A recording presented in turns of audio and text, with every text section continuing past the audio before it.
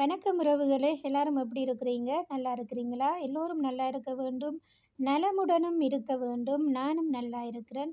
இன்றைக்கு நான் ஒரு ஹெல்த்தியான ரொட்டி தான் செய்ய போறேன். இது வந்து எள்ளுல தான் ரொட்டி செய்ய போறேன். எள்ளு சாப்பிட்றது மிகவும் நல்லது.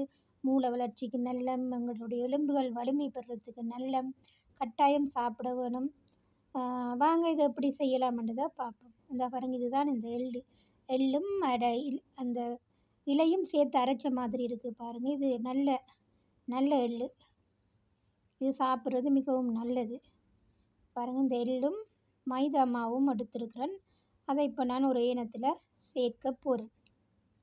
பாருங்க 1 கப் கோதுமை மா, அதே கப்பில் ஒரு காவாசி பாருங்க எள்ளும் இதை எடுத்திருக்கிறேன். நல்லம் கட்டாயம் நாங்கள் மாதத்தில் ஒரு தடவையாவது நாங்கள் சாப்பிட வேணும். அவ்வளவு சத்து இருக்குது இந்த எள்ளில். பாருங்கள் நல்லா இப்போ உப்பெல்லாம் போட்டு கிளறிட்டேன். அதுக்கு பிறகு நான் கொஞ்சம் சூடாறின தண்ணி கொஞ்சம் விட்டு நல்லா பிசைஞ்சு எடுக்க போகிறேன். மாவு ரொட்டி மாதிரி நல்ல உருண்டையாக நாங்கள் பிசைஞ்சு எடுப்போம். பாருங்கள் நல்லா உருண்டையாக்கிட்டு நல்லா பிணையணும். அப்போ பிணைஞ்சு எடுக்கும்போது அந்த மாவு உருண்டை நல்லா சாஃப்டாக வரும். பாருங்கள் இப்போ நான் கொஞ்சம் கூடுதலாக கொஞ்சம் எண்ணெய் விடுறேன். இது வந்து ஒலிவ எண்ணெய். ஒலிவ எண்ணெயும் நிறைய ஆரோக்கியம் உள்ளது.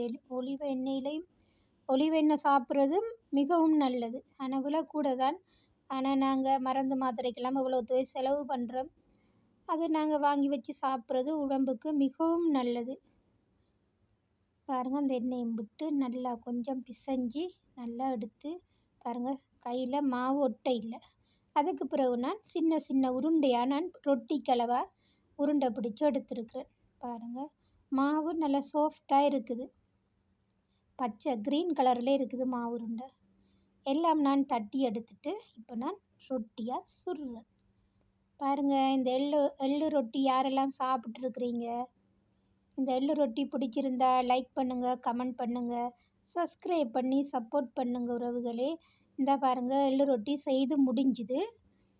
சாஃப்டாக இருக்கும், நல்லா இருக்கும். நாங்கள் என்னத்தோட விரும்பினாலும் சாப்பிடலாம். ஆனால் கூடுதலாக இந்த சீஸ் ஜாமோட சாப்பிட்றது நல்ல சுவையாக இருக்கும்.